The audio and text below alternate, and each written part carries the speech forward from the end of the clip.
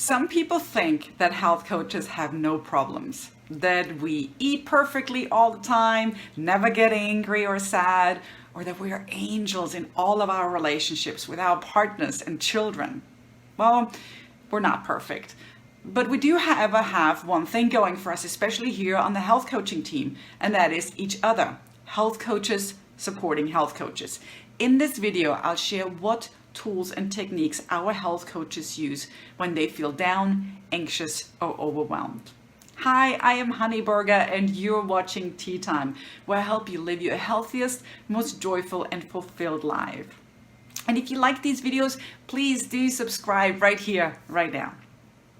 As a team, the Joyville Race, that's how we call our team members, we come together once a month to exchange ideas and to learn from one another. And at the start of each of these meetings, it's important for us to check in with one another.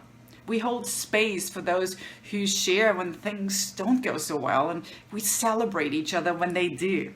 The process that we use to help everyone feel connected at the start of these meetings is called Fengo.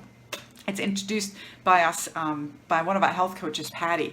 And each letter stands for something. So F stands for feeling, how you're feeling right now. A stands for affirmation. Who in the group do you want to affirm? N, the N stands for a need that you might have.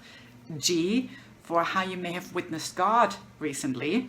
And O stands for ownership. What is it that you must own right now? Each person chooses one letter, maybe two, and shares their thoughts with the others in the group. And it's a beautiful way to give space for each person to really feel seen and heard. You can easily use this simple process in your own relationships at home. So on our last team call, one of our health coaches who lives in the Northeast expressed her emotional struggle with what I believe you can identify with too, especially in the wintertime. She said, "It's dark, it's cold, and it's quiet up here.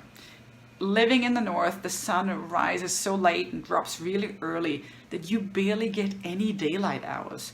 Couple that with many of her friends going through challenging times, both physically and mentally. She felt the weight of the world on her shoulders, wanting to help them all, while really needing to attend to her own emotional well-being. So we scratched the team meeting agenda and we decided to let each Ray share their thoughts and experience on how they keep themselves optimistic and positive during challenging times. Health coach Lisa, for example, first addressed her view on the struggle many of us are facing, especially as women, the push and pull between wanting to help all the people around us when we ourselves don't feel replenished and strong. She exclaimed, "It's irresponsible for us not to take care of our own well-being. Our health and well-being is solely our own responsibility, not the responsibility of your husband, your boss, or your best friend." So she reminded all of us to take time for self-care so we can be strong enough to help those around us. Lisa also pointed out the difference between helping others versus enabling others. Enabling others implies that you try to do the work for them. This could be as simple as telling someone else how they should proceed in their life rather than helping them come to their own conclusions and owning those decisions. As women, we often feel responsible to fix the situation, but what most people truly need is just someone who cares and listens. When health coach Michelle feels triggered, she grabs a pen and paper and finds a quiet spot, and she asks herself, when have I felt this way before, and what is the situation really trying to tell me? Michelle explained that so often we are reacting to old wounds and not necessarily what is actually happening right now. By simply going deeper and asking these questions, you can begin to unravel what emotional wounds may be coming up that are ready to be healed. But everything happens in its own timing, and sometimes we just need to sit with it and accept it and be aware of what thoughts and feelings are simply coming up. Observe it without judgment. Health coach Patty shared how a few statements and questions help her feel grounded again. She says that when she feels anxious about something, she first reminds herself of the simple fact, I'm not in crisis. How powerful. I am not in crisis. She says this reminds her that regardless of what she's worried about, in the big scheme of things, she's safe. She isn't bleeding. She's still breathing. Talking about breathing, that's another tool that Patty uses when feeling anxious, is she focuses on deep breathing, deeply inhaling and slowly exhaling, and that will trigger your nervous system to calm down again. Health coach MJ also shared a number of powerful and proven techniques. She says, sometimes we just need a good cry. And this is so true.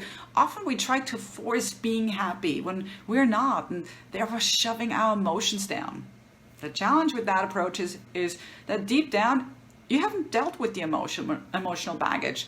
So the energy is still trapped within your cells. This is not only building up some not wanted emotions within you, but actually creates an imbalance in your cells, which promotes disease. Crying it out when you're sad, or punching a mattress, or growling like a dog when you are angry are great ways to release the emotion and move on. MJ also says that going for walks in nature is one of the best ways to help her feel at peace again. And again, there's so much research supporting the healing effects of walking in nature without checking your phone maybe every few minutes. Now, there you have it. These are the go-to tools and techniques our coaches use. But like with all tools, it's important to realize that it's one thing to have them and another to use them. Your tools are only as good as you make use of them. Now, please tell me, which idea resonated most with you? What is your go-to technique to calm your nerves? Leave me a comment below. I'd love to hear them. I will enjoy my chamomile tea today. Here we go. And obviously chamomile is known as another great tool to help us feel calm again. And what a wonderful herb. I can't wait to read your comments, and I look forward to seeing you next time. Cheers to that.